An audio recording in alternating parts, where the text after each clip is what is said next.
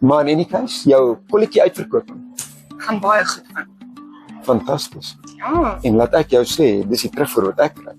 Mense kom na my toe en vertel vir my hoe goed dit gaan met die kolletjie uitverkoping.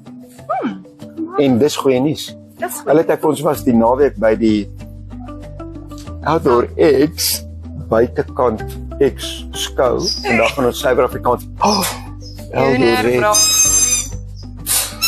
en die mense daar vir my vertel hoeveel goedjies daar by gekoop het. Het jy nog enigiets oor? Ons het nog baie goed oor.